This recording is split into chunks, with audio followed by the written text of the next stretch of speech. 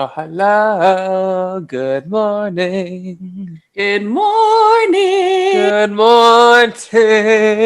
It's so cold here. King? Morning. They tend to do in RuPaul's Drag Race. They say morning, and I don't know if it means something different or not. But that's what happens with slang, right? It just kind of Know that. takes on a Yeah. form. Oh yeah, for sure. Yeah. Yeah, it's cold here too. Like woke up with a lot of what I thought was snow. Not a lot of snow, but like I thought it was a thin layer of snow. But no, it's a thin layer of frost. Oh, frost. And Yeah. frost is so it's so pretty though. That's the thing. Like I get it gets colder when it's snowing for sure or when it's frosty, but at the same time it's so pretty. It is, but it just means that it's that cold. So I it's chilly. know. Yeah. But it's chilly there too, hey? In Van- Well, yeah, like I mean, I'm having my phone up because that's how I usually check my weather, but if I look at the weather on my phone, it says right now that it's 2 degrees. that's pretty chilly for Vancouver. That's chilly for Vancouver. It is. Yes. We're probably hovering right maybe around zero, just below, but not too crazy. But yeah, it's gonna be a beautiful day. This blue sky.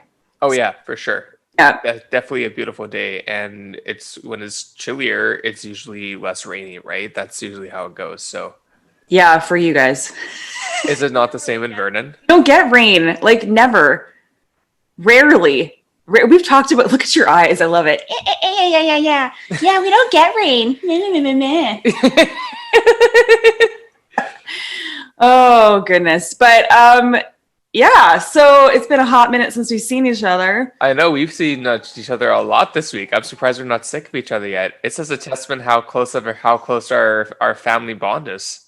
No, I know. Actually, I was talking to Ben, Ben Conkin, who was on one of our previous episodes not that long ago, and please check him out because that He's episode, gorgeous. yeah, and that was and anyway, he deals with a disease called scleroderma or systemic sclerosis, and I actually saw him yesterday. Very socially distanced walk. We all wore masks, but we were just talking about the podcast and how thankful he was to be on the podcast. And that was just, very humbling. But he was just saying, he's like, yeah, it's really good. You do what you do, like what you and I do. And you either are going to hate each other. Like it's one of those things, like a podcast almost makes or breaks a friendship. Oh, interesting. That's what he was just guessing. Cause you Yeah, you invest. It's like a business venture, and no matter what it is, even if it's a podcast, it's a business relationship. of course. So I kind of didn't really, I think of a lot of other business things that way, but because I find this so fun, I don't really think of it that way. But then I was like, yeah, that's true. But it seems to have brought us closer together. It's totally brought us closer together. But again, I knew that I didn't see anything else happening that would be anything different, you know? Like it's just something that's so organic and sincere. I agree. But you know what? You hear stories. Like I know I'm not going to bring in the names of people, but like I definitely know people that were very good friends. They went into a little bit of a business arrangement together and they now don't talk and just horrible. I know I have a couple ideas of my own life in my head as well from my observations, and it's challenging for sure. Yeah. Oh yeah. Yeah. It So is challenging, yeah. yeah, so no, we and the reason why Hero and I've seen even more of each other lately is because we've had a lot of episodes that we've been recording. So the next one that we're going to be putting out is with Michael Graziano, or I probably butcher his name every time. I want to say Michael Graziano. Graziano, but probably Graziano. Yeah, exactly. Michael Graziano. Um, and you'll have to check that out in the description as to who the heck he is. But he was the founder and owner of Global Degree and traveled all the UN nations before the age of 30. Became the first man to do that with a dual citizenship of Canadian and American. So that's coming up. And then we've got a bunch next week. And yeah, we're pretty booked for the next little while, which is great. But Yeah, we're booked into January starting already. awesome. And probably a good way to segue into who our next guest is, who is coming on the show momentarily. And Hiiro, take it away. So our next guest is actually a really unique and awesome individual that I'm so excited to learn more about. I'm just gonna pull up my email because I want to make sure I say his last name correctly. Yeah, His name great. is Idan Chabasov. Um, I don't know if it's Chabasov. I'm assuming because he is Israeli. I'm assuming he's Israeli. I shouldn't assume that, but Idan Chabasov. Yeah. It sounds very Israeli to me at Hmm. least. Hmm. So Idan, you can correct me after when you hear the recording. But anyways, he is a gay. Uh, oh my God, I'm so sorry. He lives in Berlin. That's okay. I don't know where he was born, so that's why I paused. I don't know if he was born in Berlin, but he lives in Berlin now. He identifies with the LGBTQ plus community. Yeah. And he has been someone that has identified himself in his craft of being the Challah Prince. So we're gonna have two princes on the show today. Yeah, that's what I was actually. My husband was saying the other day. He's like, of course, he's like, wouldn't that be so cute if they like fell in love and then it's the Challah Prince and Hiiro Prince and it's I like, would love that. I would love that. And he's actually very handsome. I looked at his Instagram, girl, and I'm like, but the Challah, and I should, and sorry to interrupt your intro, but like for those that don't know what Challah is, yeah. so what is Challah, Hiiro? My interpretation of challah is braided bread. Yeah. It's braided bread, but that usually, and there's a couple of different, I guess, recipes that are traditional. Challah bread can be more of a white dough, which I'm assuming is just without eggs. And then there is a more sweeter challah bread that is yellow. And it's because it has whole eggs in it. And so I've seen different consistencies in challah bread before. So we can ask Idan about that at the very end of the episode because we are going to talk a little bit about more than challah because it's something that Idan is, of course, a master at and knows about. But I want us to know about his life and everything else that led up to this currency of his life, which is now being a pastry chef in the idea of challah. Yeah.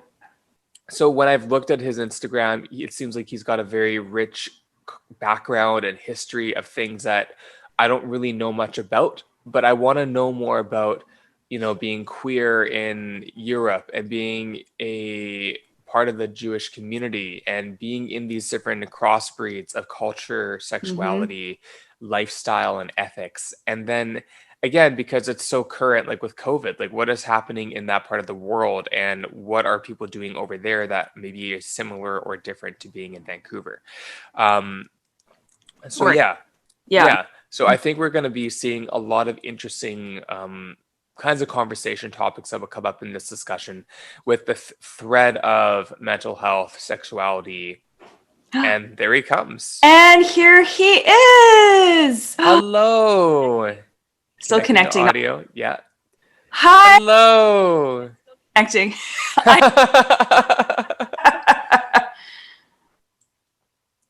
Oh, uh-oh. Oh, wait, he's on. You can hear us? No. Oh no. He'll try again. Oh, yeah. Oh, there you are. And then you can unmute yourself. There you go. Oh, Oh, shoot. you can unmute yourself. Yourself again. Sorry. That's my fault. Yay. There you Now, go. Hello. How are you? hey, I'm good. Good to see you. Yeah, good to see you too, handsome. So we just we like to let our guests know that we are recording right now. So just so that and and it's also video, right? So just so you know as well. But it's so nice to meet you. And it's Same. I think it's the second time we've had an international guest now, right? I think so. Let's go with that. Yeah. You had Israeli guest before, or from Israel? Oh, Israeli. No. Who was our? Oh my God, Australia. Yes, right. We had Jono Babik, who was from Australia, and he was talking about his love life through his Desperately Seeking podcast. Okay. I understand. Yeah. Okay. So how was your morning? So, well, I guess it's evening over there in It's Berlin, evening. isn't It's it? 6 p.m. here, and yeah, I Yeah. got the dough ready and my Yeah. strength. Amazing. That's so cool. So we have to first ask you how you pronounce your name because we don't want to get it wrong. Yes, Idan. Idan. Idan And your last name? Idan. Chabasov. Chabasov. Okay, Okay. Yes, perfect. I think Hero Chabasov. I think Hero was right because we did a little introduction just before you came on. I think Mm-hmm. right, yeah. Yeah, well, no, because I was like, I know it's Idan.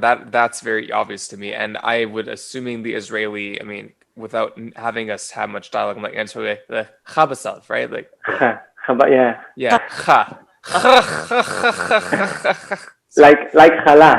right, exactly, yeah. So Chabasov, great, great. And you Hero and Rachel or Rachel or Rachel. Rachel, because you see, it's also like the CH. It's tricky for Yeah. Israelis. I know.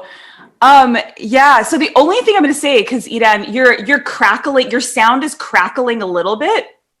It's a little hard to because you probably have your headphone in, right? Okay, so I will try without my headphones because the headphones recently make problems. So just a second. Thank you.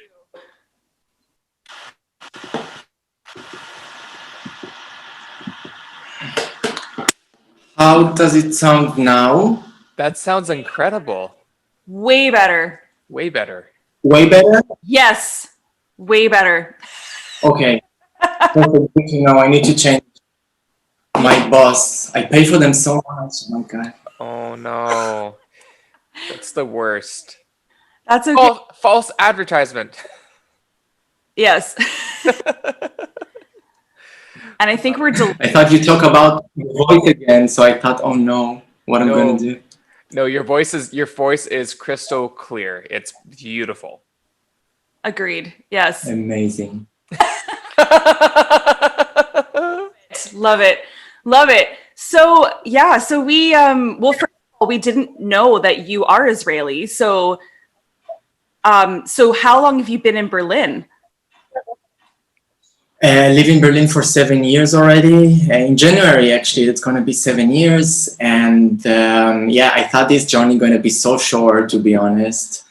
But yeah, 7 years. Okay. Wow.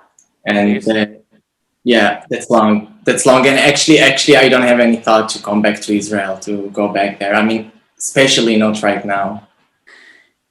Yeah, yeah. And well, that's the thing.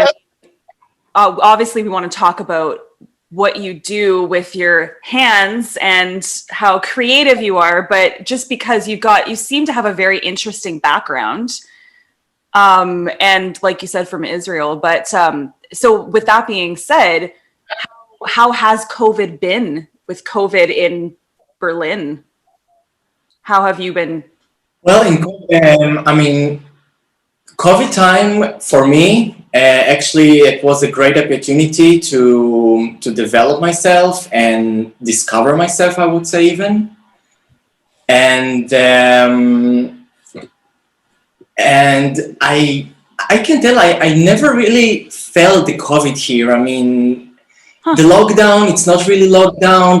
The shop's still open, but you just wear the mask in the super. You just you need to be very careful with the distance and everything. But it's not really bad like with the police and all the stories that I see from Israel, for example. It's look like different world, a different planet. It's crazy. Totally. It's really crazy. Yeah, absolutely. And when it's similar to Vancouver as well, because as you're saying, things are still open, some things have closed or are reopening soon again. It's not as noticeable, I guess. Yeah. Yeah. But it's also, it sounds like you said, it gave you the opportunity where we also had, similar opportunities. A lot of people have kind of, reset themselves during this time or reinvented themselves or have time to do some of the things that they love to do that maybe they didn't before. Mhm. So it sounds, Exactly. yeah. So with that being said, as the Challah Prince, had you been doing that before COVID with pastry and? Yes, I did it. I just started my account in January, just a little bit before COVID. Wow. And I did not bake before. I just challah, only challah 5 years back, because I really miss to the taste. I really miss to challah on the table on Fridays, and I couldn't find like something that I really was satisfied and happy with in the bakeries here. Yeah. So I just decided to practice and just bake. And for 5 years, my challahs was like totally 3-strand challah, super, even not that beautiful. I mean, today I just, I just can tell this challah wasn't beautiful at all. And Oh, I love it. Oh, That's- I love it. and even when I opened the Instagram account, I thought, okay, I'm going to share with everybody my challah from Friday, and I'm going to share it with who loves challah. And with the time, the followers just start to come and ask for more content and show me how to do 4 braids and show me how to do 5 and show me how to do 6. So that actually encouraged me to actually teach myself how to braid challah and how to make it beautiful. Because I all the time said, like, to make beautiful challah, it's like to put the color on the canvas, to know exactly where to put it, how to put it, how to smatch it, how to and this is all about, like, really to know, first of all, to know how you want your challah. If you want it big, if you want it small, if you want it cute, if you want it royalty and beautiful on the table. And the COVID, I think the COVID just make people available in the social media. I think everybody's spending in the kitchen. yes. And I mean, besides challah, I teach myself how to make quiche, for example, and how to make sourdough. Yes, sourdough. Yeah. Sourdough now, like, it's the thing. It's like, if you Right. see Instagram, it's all over. Right. Actually, I love that. You could be the Challah Prince and you can be the quiche queen. I asked for all the royalties on that, by the way, if you do start that. well, that's so funny that you say sourdough, because it's like, it's the same here. And that's why I love how social media, like everything, they all just connect everyone in the world. So I thought, you think sourdough is just like a popular thing in Canada or here. Everyone was doing sourdough, it sounds like, around the world. Yeah. Like a popular thing. Yeah. So funny. I Yeah. know, totally. Yeah. One thing I wanted to ask you, Idan, is that, of course, I know when we were corresponding prior to having you on the show that we wanted to kind of explore some other things about your life and culture and community and health that perhaps others may not know as much about yourself, or perhaps you're not given the opportunity to have a showcase to talk about them. And so I was wanting to open that up to you very openly and in your own comfort zone. So this is not an expectation on Rachel or myself, but I think it would be really wonderful to learn about your first parts of your life, like your upbringing and what were the formative parts of your childhood, your teenage years, and coming to now in your young adulthood, I would assume. I mean, I'm a young adult. Rachel's a young adult, so I would assume. You're still a young adult, girl. Chill out. So that's a loaded question, but I think you can understand what I'm referring to, and some things can be interpreted in your own language. If you want to start with that, I would love to know more about just who is Idan and how did Idan arrive to where he is today, and right now as we're speaking in person through this chat. Yeah. So first of all, thank you for giving me that stage, and I really happy to finally to talk about something more than just how long the dough needs to rise. And so Idan, as I remember myself in Israel, is a very very happy person. Love to dance. I was a dancer back to my 12 till 21. So love to dance, love to move, love to be free. Freedom for me, it's very very important in life. My parents teach us, me and my brother teach us how to be free, how to express yourself.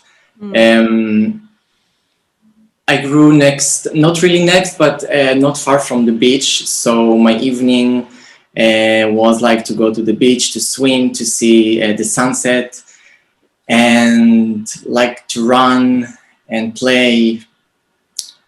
And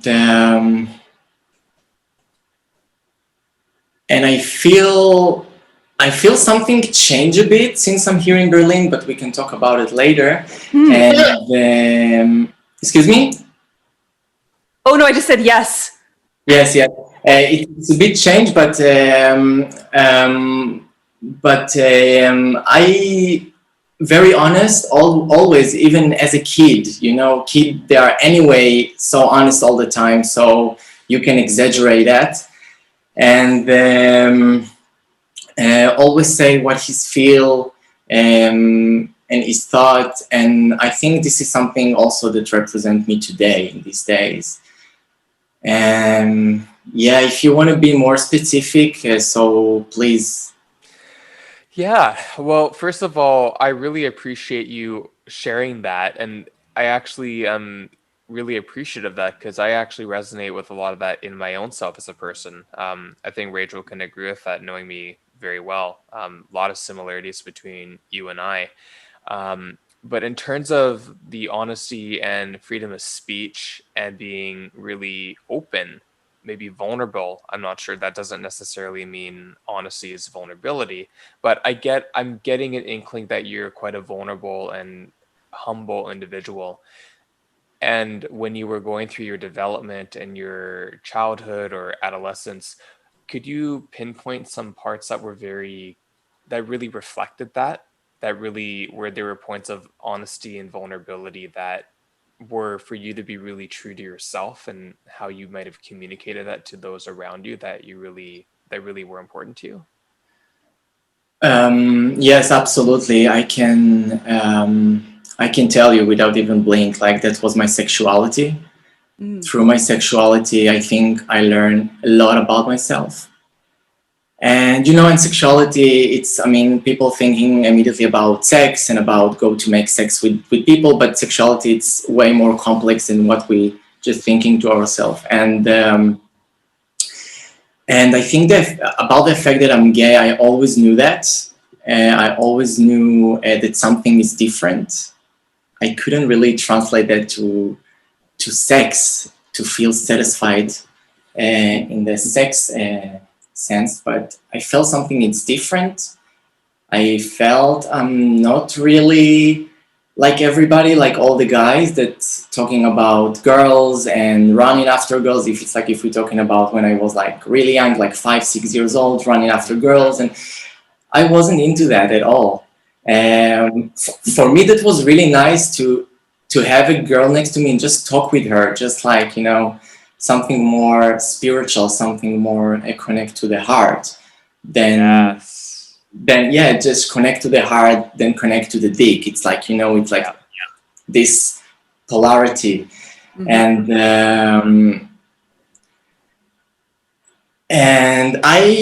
my outing was when I was 15 years old. That was in Purim. I was a Barbie and Ken with my friend. Nice. And I was like with blue eye contact, like I was super gay. And, like seriously. So for 1 second, because like a lot of our guests, or excuse me, a lot of our listeners actually are not Jewish, believe it or not. There's although the past is getting juicy, we're I'm sorry to interrupt, but like, because you said Purim. I know what Purim is, but a lot of people don't know what it is. So That's true. right. And the funny thing is, Hiro and I are both even sort of Jewish. Like Okay. both of our parents were, but we in Canada, like it's just so different. Like we didn't really grow up probably the way you did. I didn't do Shabbat dinners. I didn't even have a bat mitzvah. Like I just, Okay, so I'm more Jewish than Rachel then, because I did have a bar mitzvah unwillingly, but thanks for the gifts, mom and dad, and all of your friends to congregate when I had 0 friends that came, except for one good friend. And then we also would do Shabbat every Friday, and my family still does Shabbat every Friday. so but we want to educate more people. So this is great. So I guess I interrupted you only because just so you know that. And then so Purim, like how can we describe that? What's the best way to describe it for people, you think? Well, I describe any Jewish holiday, I describe that we celebrate it because we are survived, because we are alive. Yes, Because no one can destroy us. I mean, this is my word for any holiday, you know. Yeah, that's great. I like that. Yeah. So and actually Purim, it's my favorite holiday. You know, you put costumes and you just can be what you want to be. It's simple as that. And there is, of course, in Israel there is a lot of parties and festivals. And every Purim I go to Israel, parties with my friends and having fun, and also the mitzvah by the Judaism, it's like to drink a lot of alcohol and just get lost. Yeah. Awesome.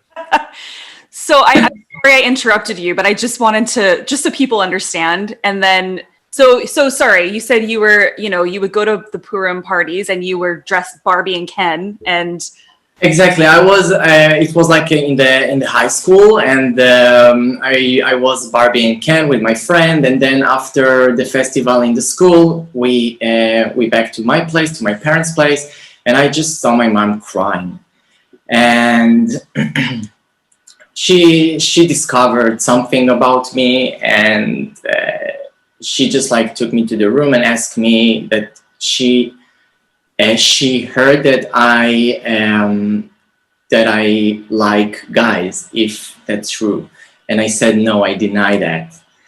And then I was so stressful. So my friend just came into the room, Shelly, and I told her, tell to my mom it's not true. And she said to my mom that it's true.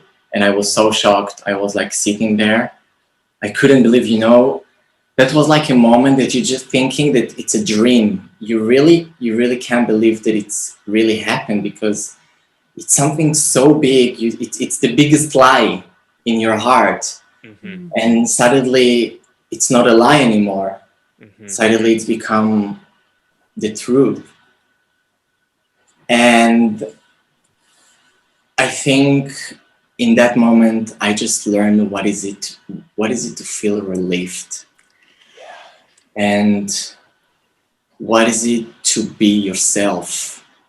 I even, in the same moment, I just thought how it will be to get up in the morning and go to the living room and see everybody, which they know that I'm gay. But that was so easy to do. That was so easy to get up from the bed and run into the living room and be happy with what you are. Mm-hmm. Right? And my parents, that took them not long, but few, like 2 or 3 months to realize, to understand that. And they understand that if they will take me to the psychology or something like that, that will be for them, not for me, because I'm totally complete with myself. I know exactly what I want. So they understand that. For my brother is younger than me in 1 year, so we like a twins. So at the same moment, he just came to me and told me, it doesn't matter for me, you are my brother. Oh, Oh, And yeah, that was so beautiful. Such a beautiful moment. You feel so safe. oh my God. Yeah. So much blessing in that. So blessing. Sorry. So blessed. Yes. Yes. Yes. Yes. And yeah, and for me, it's such a big symbol to do my outing in Purim. You know, it's like the most big holiday with festivals and celebrations, so that you can be whatever you want to be. Mm-hmm. symbol, the symbol. Amazing, amazing. It's like it's a big gift. It's like, so every Purim I celebrate also my outing. That's amazing.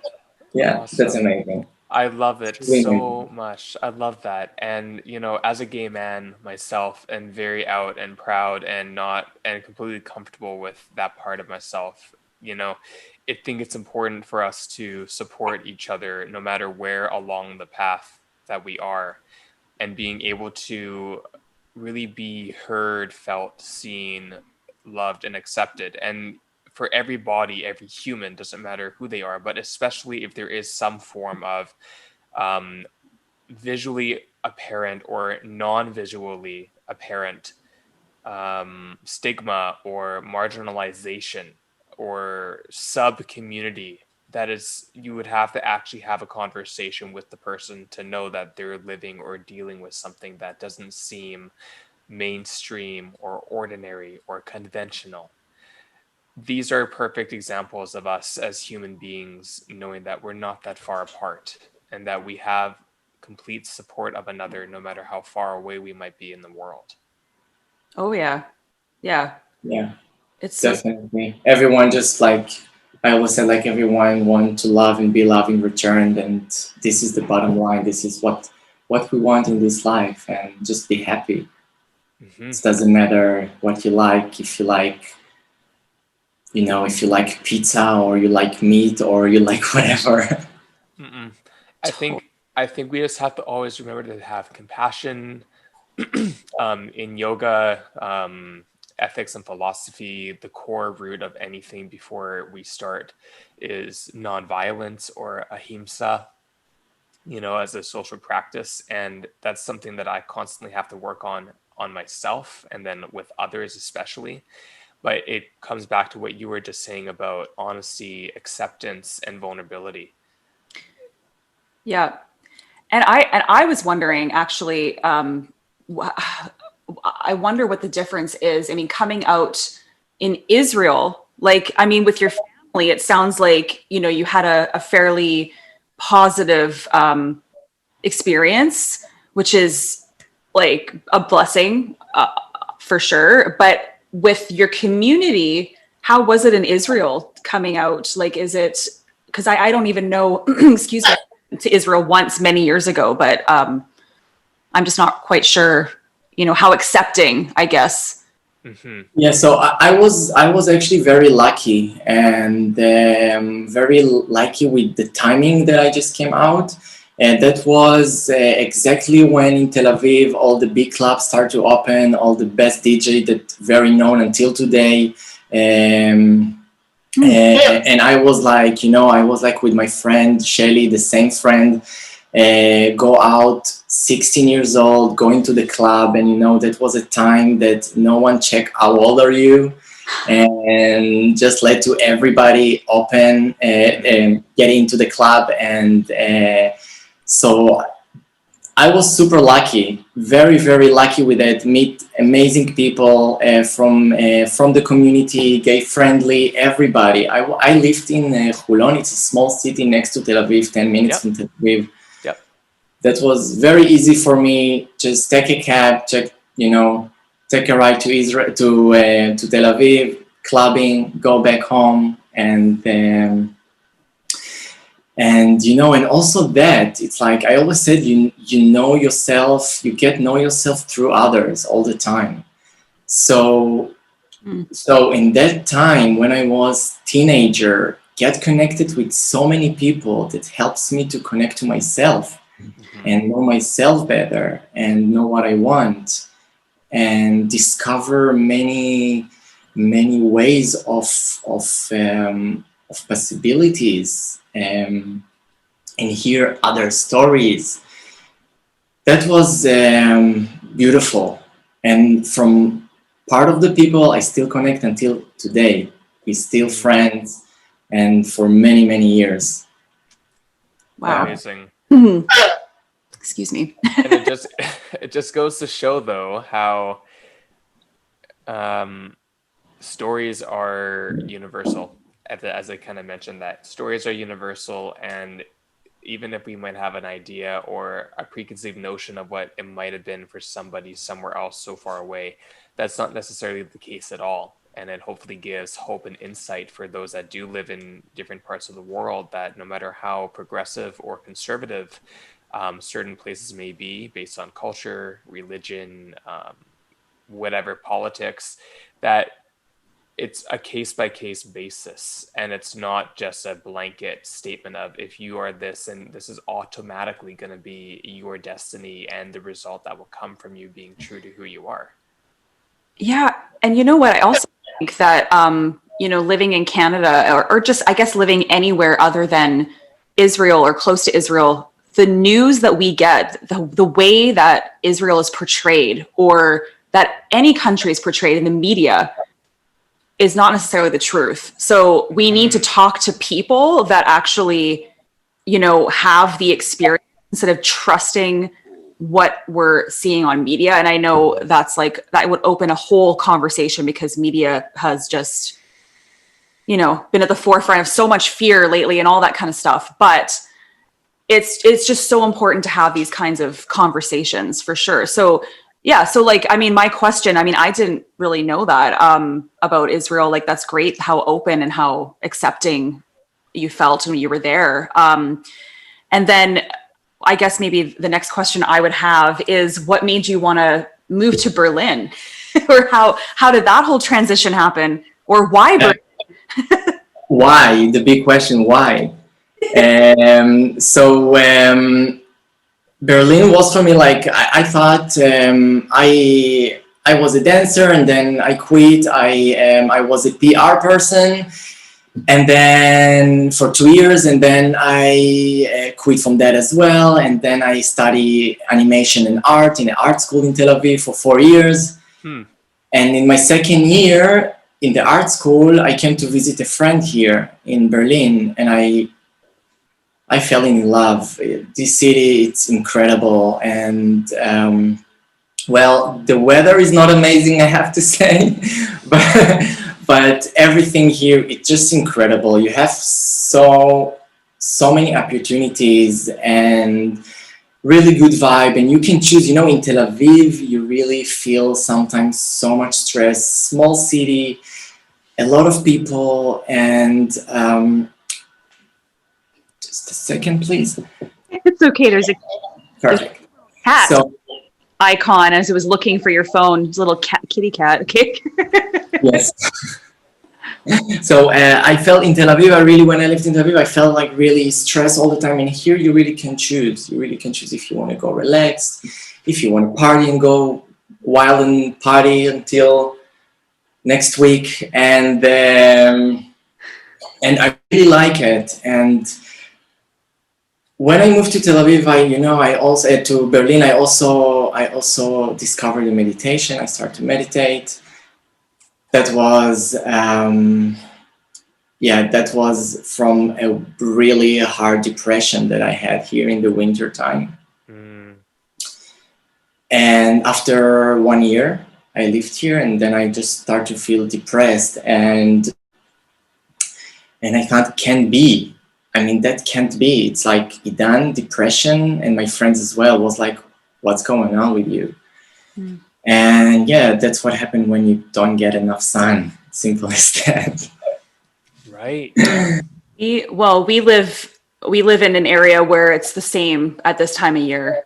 And have you been to Canada before? What is it? Sorry, have you been to Canada before? No. You have to come visit us. Yes. I will. Well, come visit me at least. And I say that because I mean, I think it's similar weather probably to Berlin at this time of year. So yeah, it gets gray, it gets dark, it gets, cold. We do get some snow. So we very familiar with, at least I am, with depression, in the darker months of the year. And it's something, yeah, I mean, that makes complete sense. You weren't used to that, right?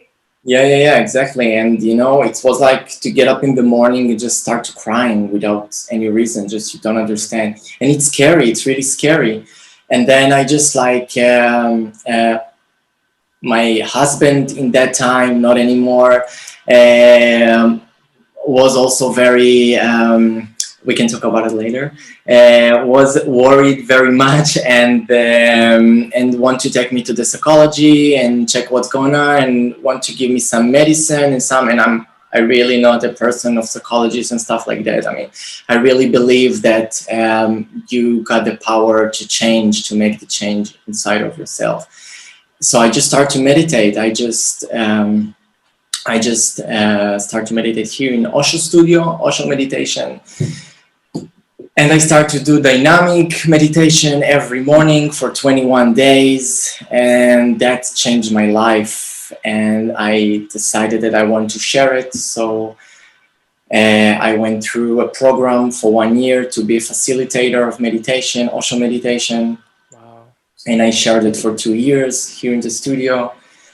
And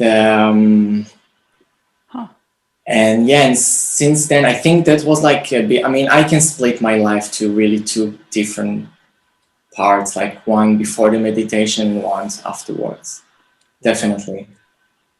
Wow. Yeah. Wow. And so you meditate every day currently right now, I'm guessing, right? In a busy days, I try to just to close my eyes for half an hour, 20 minutes, just to check in what's going on there. And but I mean, the mind sometimes is so strong, it's like, but I'm really try and learn how every day, meditation, it's not like I practice, I know, it's like I practice forever and I learn every day something new. And I learn how sometimes the mind can be so strong and how is the fear can be so strong and can control you, like really take over. Oh, we know. You're talking to 2 mental health warriors right here. Yeah. Chronic anxiety. Yeah, and when and back to my depression, I just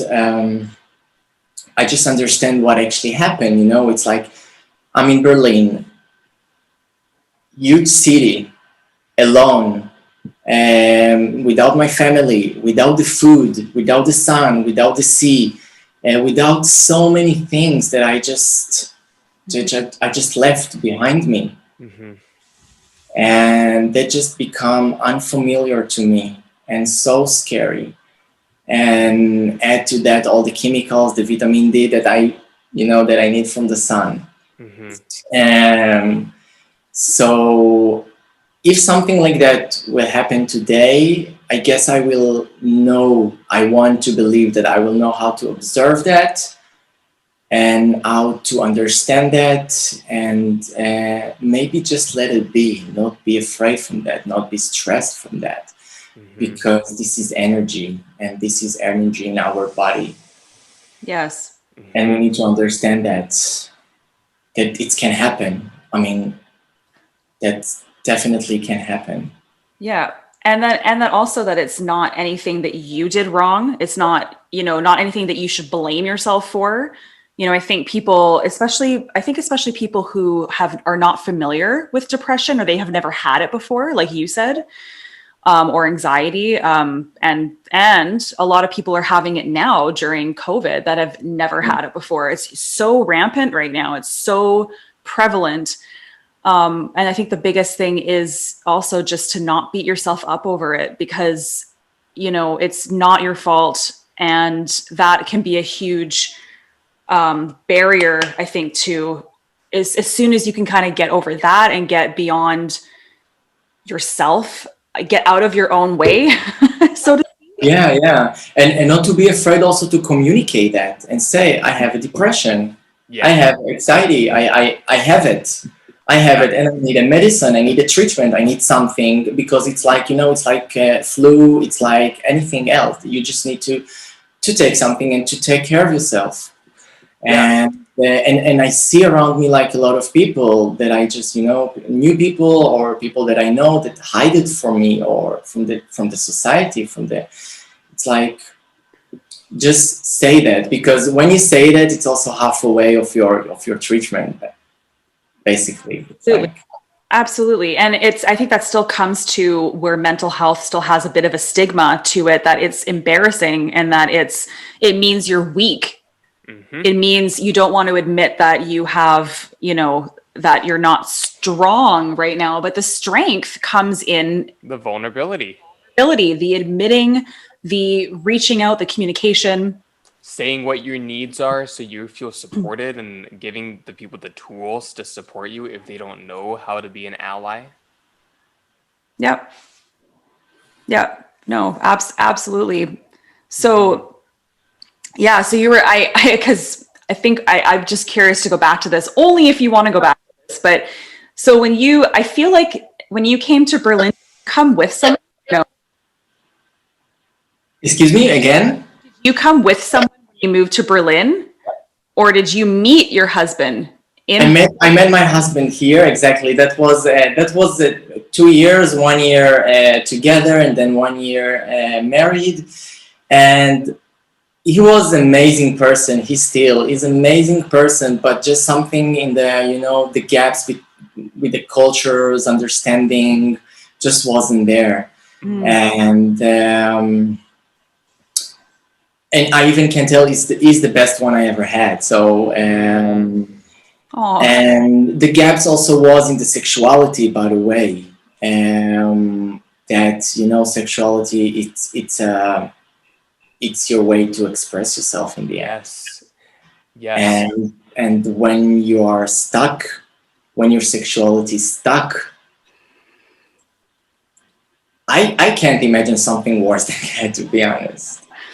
No, but you make such a good point with that, though. Just to add to what you're saying, is that I kind of find myself firmly in the middle of not being, and speaking from my natural genetic makeup, I'm not super campy and flamboyant in terms of my natural state, but I can have those elements in my personality, and people that have watched our podcast or listened to it will know what I'm referring to. But I'm also not super masculine and so-called a typical heteronormative male.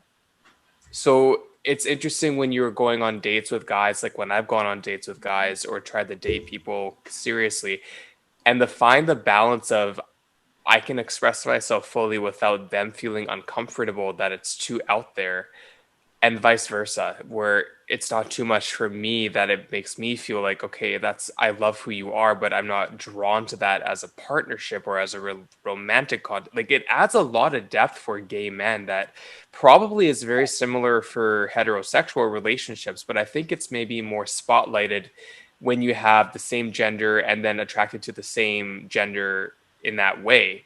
Am I mistaken, Idan? Can you speak to that at all?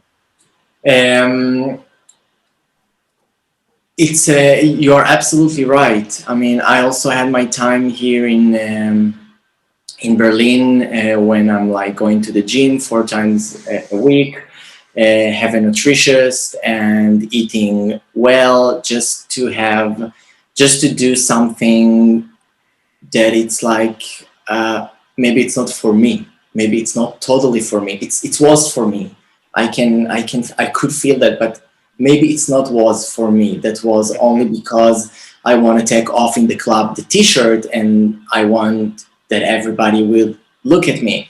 Right. And that was from that reasons that maybe, but when you're there, you start to understand that it's something that you become obsessed. It's become too obsessed.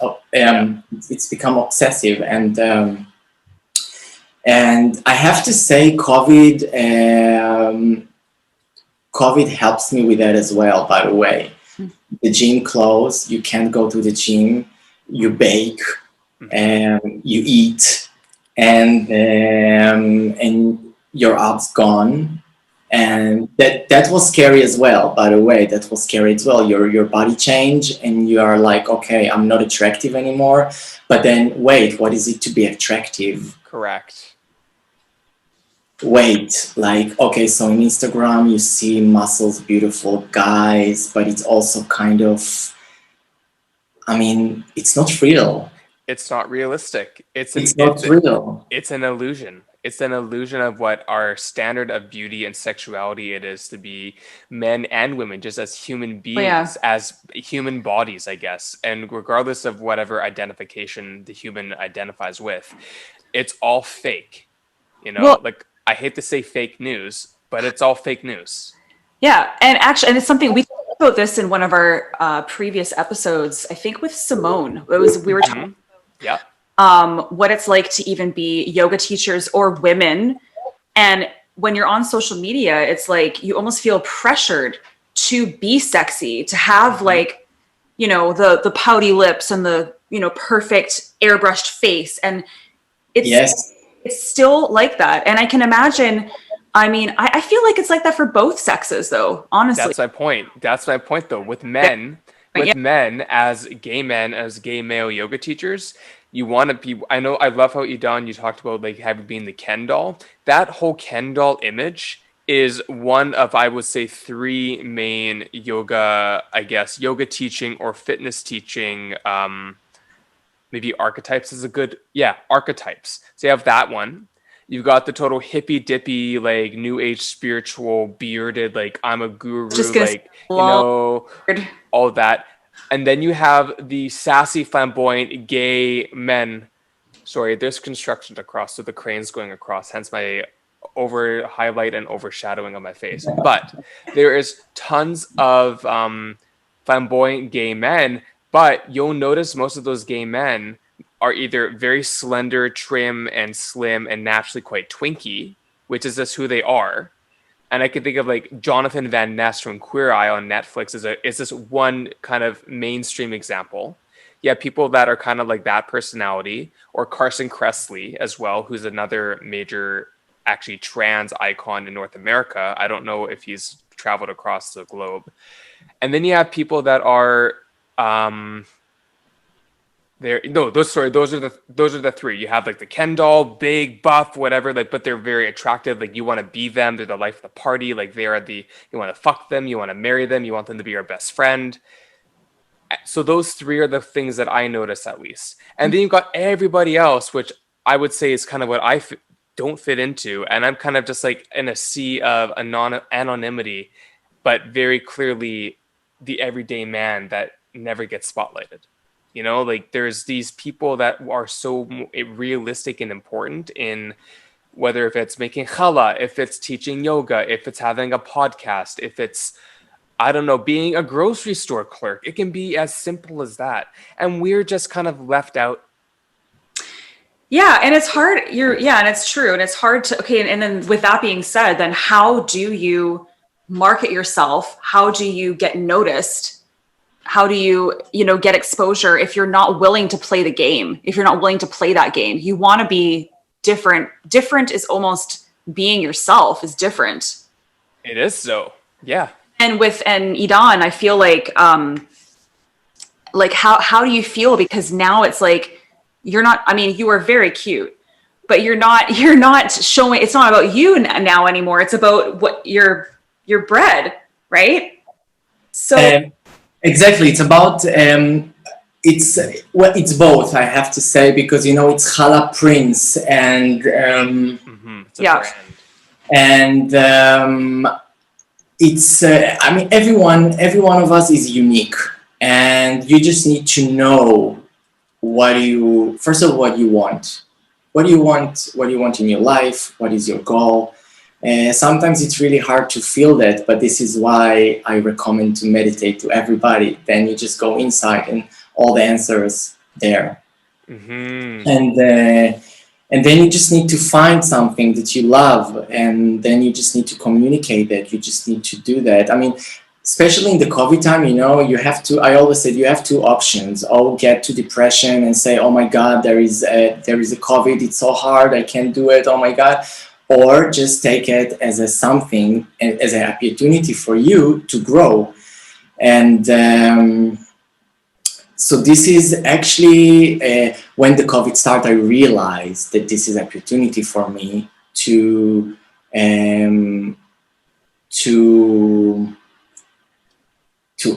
promote my art as me as an artist through the challah, through something that I love. And the Challah Prince is not gonna teach you how to be a good baker. Challah Prince is not gonna teach you how to be good in the kitchen. And just here to give you the platform to create, to be creative, and to encourage you to do something that you maybe never tried, and to love it. Because when we create something, and we just, how many classes I have in Zoom when I teach people, share with people how to make challah, and I see their face, how they look at the challah, and they just like so satisfied, and I'm like, yeah, it's amazing. And to discover this power, simple power that exists inside of you, to discover that inside of you, that you can also share it with others.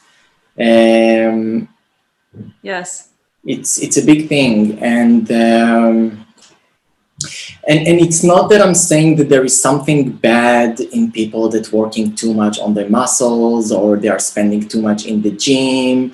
I mean, it's all about the question how you use it, and how you share it with the world, and how you manifest it through the Instagram, through the Facebook. And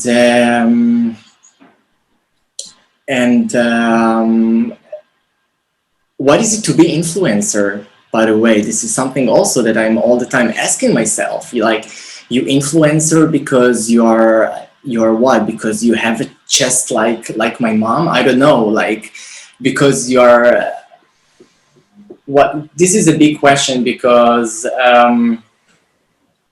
anyway, in the bottom line, I came here to be influencer for a reason, and I know that, and I really would love to share creativity. And when you create, also the fear, when you create something in your creativity, your fear start to blur, and you just trust yourself, you believe yourself. Mm-hmm. Yes. Mm-hmm. Oh yeah. So that kind of is a bit of a segue, I think, into what would you like the Challah Prince, what's your goal? Like I mean, it sounds like in the beginning it was, you were expressing your creativity, you were doing it for yourself. And then all of a sudden it's like, you're getting attention, you're getting known, you're creating these gorgeous photos, by the way. I love your Instagram. Mm-hmm. Like, your photos are stunning. So what's the next step? Like, what projects are you working on right now? Because I also noticed that your website is not operational quite yet. Right. Yes. Still, so it sounds like there's a lot of things that you're working on. Yes. So everything it's really new for me. Even I'm like, every day I'm learning, and every day I have so much things to do to build everything. Challah Prince, I built Challah Prince as a business. This is my goal. I just realize and recognize that I recognize fear in people. I recognize that people just struggle with themselves to express themselves. And exactly like the meditation, when I meditate, I like it and I wanted to share it with others. Exactly with the challah, I like it. It helps me to understand myself. It's like a meditation for me. When you're braiding, when you're working on the dough, So I want to share it. I want to share it with the world. And in these days, I'm doing Zoom sessions that can be a dough session or braiding sessions with New York, with with all over the world. And I'm working, by the way, in these days with a designer from Berlin, Israeli as well. Her name is Yael, and she's we're working together on a collection, Challah collection, like doing like hoodies and t-shirts with beautiful prints of Challah. And this is something that I would like to do. And those, I'd love one of those eventually. We would love to wear those around Canada. I would love a challah toque. I want to wear one of your challahs on my head. That's awesome. Yeah, so I really try to take the challah from the kitchen, from the table, and maybe put it out in different ways, and of course to share it through Zoom and see people happy, and also this is something that I really try to keep in my account, even though I have already 24,000 followers. It's hard to do, but to answer to my followers, to give them attention, to be there for them. That's right, that Prince is not very accessible, but I'm a different Prince. I'm Prince from Israel, that everybody there called to each other Prince, Princess as a nickname. From there comes the name as well. So yeah, so I wanna bring something spiritual, something high, and make it accessible to everybody. Amazing. Love it. I love that. I love that so much. Seriously.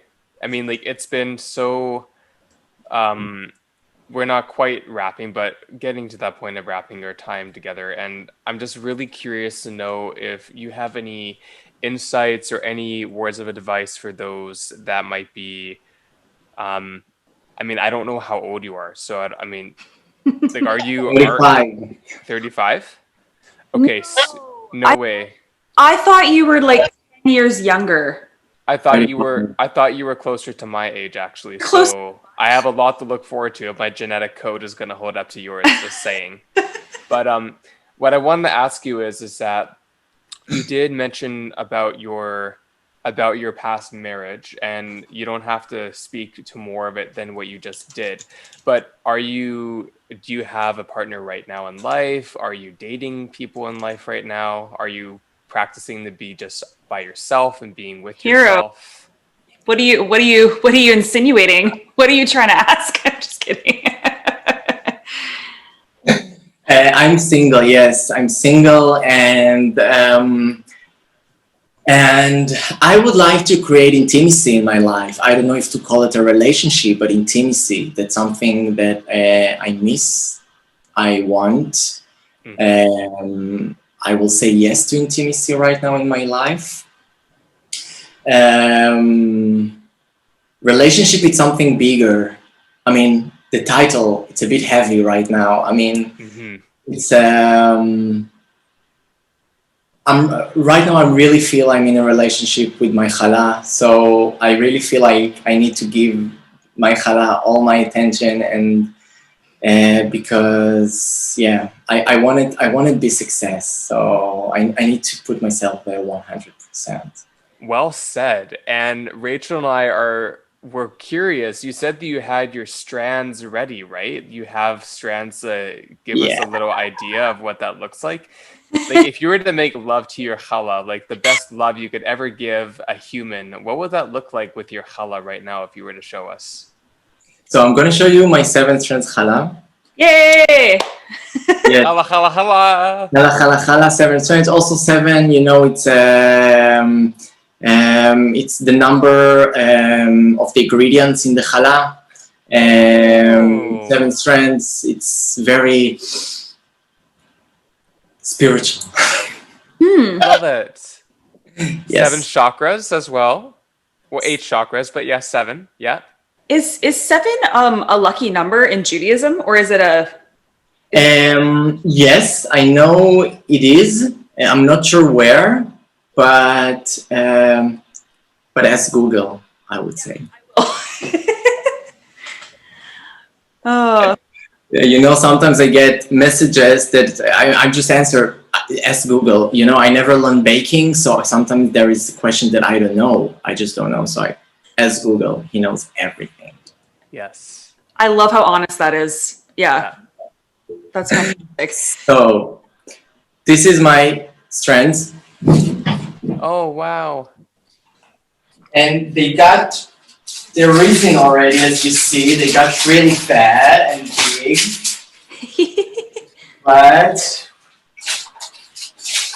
oh no, Uh-oh. uh-oh.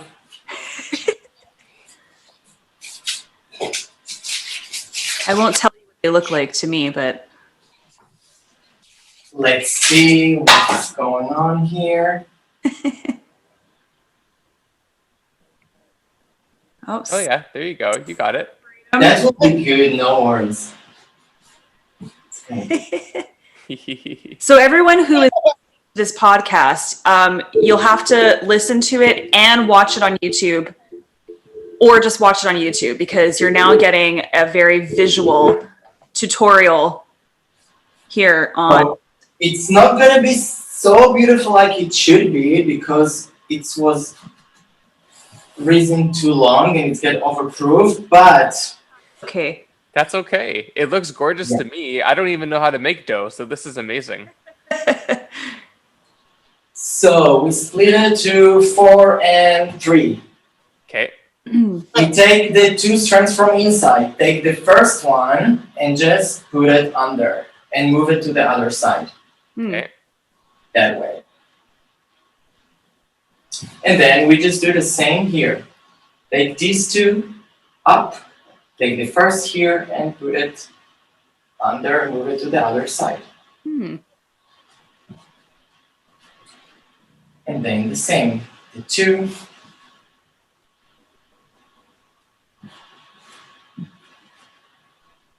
The 2 from inside to the other side here. Oh my god. There you go. Hero's voice went up an octave. And again. It's so gorgeous. And again. Oh, you're so fast, obviously. Oh my god, I feel like we're watching like the great like Berlin Baker Championship. By the way, this challah is on my Instagram, so you can watch it again and again. Oh my god, I wish I could eat gluten. I wish I could eat gluten. Oh, actually, Idan, do you ever do gluten-free? No. Okay.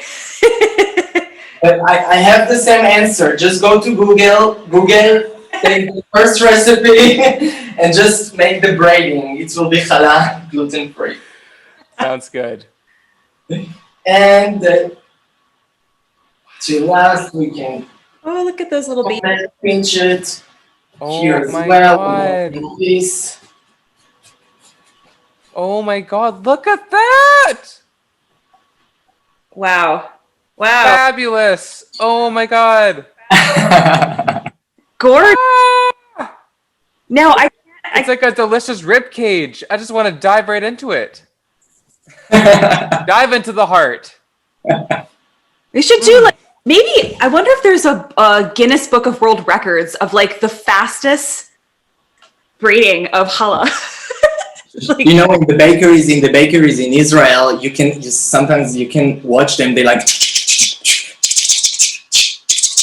they do for 4 strands, but even though it's crazy. Wow. So fast. Wow. But Rachel has a good point though. You could try to set a record for the most amount of strands in a challah. Like you could do like a 10 or a 15 strand or something. You could like challenge yourself. more than Yeah, I challenged myself already with 17 strands. How did that go? I need to practice still. Right. But have you looked at that though? Like, have you looked at records and seen like what people have tried to do and maybe not been successful, and you try to make it successful? Yes. I found also, I mean, when I start my account, so that wasn't about my videos. And Right. then I just realized that it's very hard to find good video. So with my video, I just want to make it accessible as well, with fun music, with fun rhythm and everything. And so part of the techniques exist in YouTube, and you can find, but some of them I also developed by myself. For example, in my Instagram, there is my last post is with 11 strands. It's something that you can't find anywhere. It's something that I developed, and I love to share it with others. Amazing. That is phenomenal. Well, we Oh, 100% obviously with the show notes, we'll put your Instagram, your well, now do you want to put your website, or are you going to continue to work on your website? I will continue to work on my website, and I want my website will be in the end the most informative place for my followers, and they can read there about my products. I also would love to do in the future, and even now, a big, I don't know if you heard about Afrashat Challah. It's a Challah separation offering. It's a ceremony with the challah. It's a whole thing in Israel. It's really, there is like huge event. The rabbi's woman does, and you actually bake challah. Each ingredient is represent something. The yeast represent excitement, the flour the universe, the salt boundaries, sugar sweetness, oil clarity, and so on. And basically you made it for a good fortune, for love, for matching. There is belief when you make it, when you like sacrifice piece of the challah, like it used to be in the temple, in the time of the temple. So actually you open the sky for wishes and you can ask anything. I really want to go to this scene and just like develop that, because it's also very important. In Israel, only women does it, and me as a gay, it's super important that also men will learn how to do that and bring some bliss. And it's not about religious in my case. I do it like totally spiritual, to connect with different energies that we just missed. We maybe forgot to connect, because we forget to connect to so many different energies. And so this is the platform actually that I want to create. Wow. I could talk to you for hours. yeah. Well, I mean, again, it's kind of a running joke. I'm such like I just love men, and I'm a hopeful romantic, and do desire to have a husband. So whenever I see a male guest, and then let alone if they're queer, I'm like, oh, you are gorgeous. I'm like, why? The same way. Great. And I'm like, you are so cute. If I wasn't married, look, I'm not even wearing my wedding ring, but if I wasn't married and you were straight, you lived closer. And if you lived closer and you wanted even intimacy or relationship, and you wanted to have another prince to keep you company, I mean, like we could make royalty. I'm just saying, we could make 2 thrones of challah, and we could both sit on the challah throne, and we could just I could teach my yoga and whore myself out around the city trying to make little cash bags of money, and you can make bread, and we would live happily ever after in our challah mansion.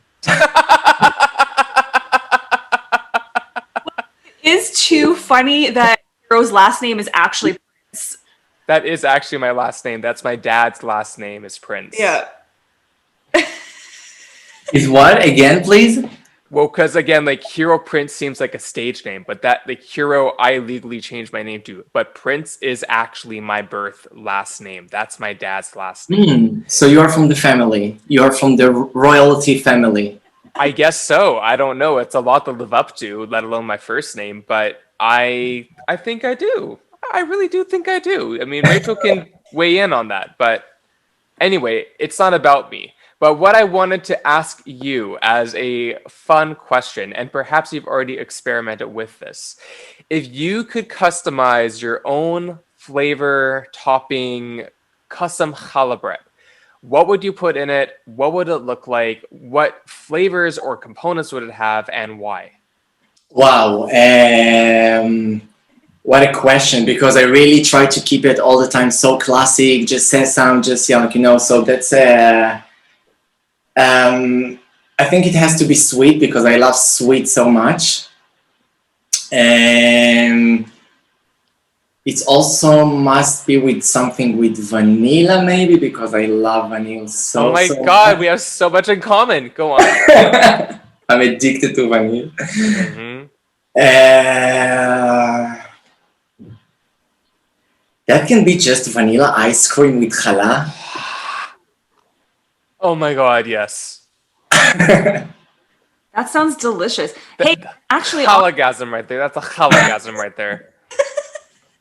on that note, are you like, is it kosher for you to put like raisins or chocolate chips? Like, do you like any of that, or are you just like plain? Yeah, this is kosher. It's fine. You can do that, and definitely you can even combine it with meat. With meat, it's not a problem as long the challah itself, the dough, not made with milk, with butter or milk or something. Yeah. And yeah, but I really like. I mean, I get a lot of requests. Do stuffed challah also for Thanksgiving, for example. But I really try and want to keep it classy, clean. I do braiding. I'm an artist. I'm not a chef. Right. And yeah, take it or leave it. It's like it's your choice. Because I really see like people try to. I just try to be myself and just express myself the way I want. Yeah. Because I could totally see you doing like a 7-strand rainbow challah for Pride. And maybe you've already done this with food coloring, but that would just be so cool. The 7 colors of the rainbow in a braided challah. I mean, could you ask for something more awesome than that? So I don't like to color my dough, I have to say, but I did something with the rainbow in the time of the Gay Pride in Tel Aviv.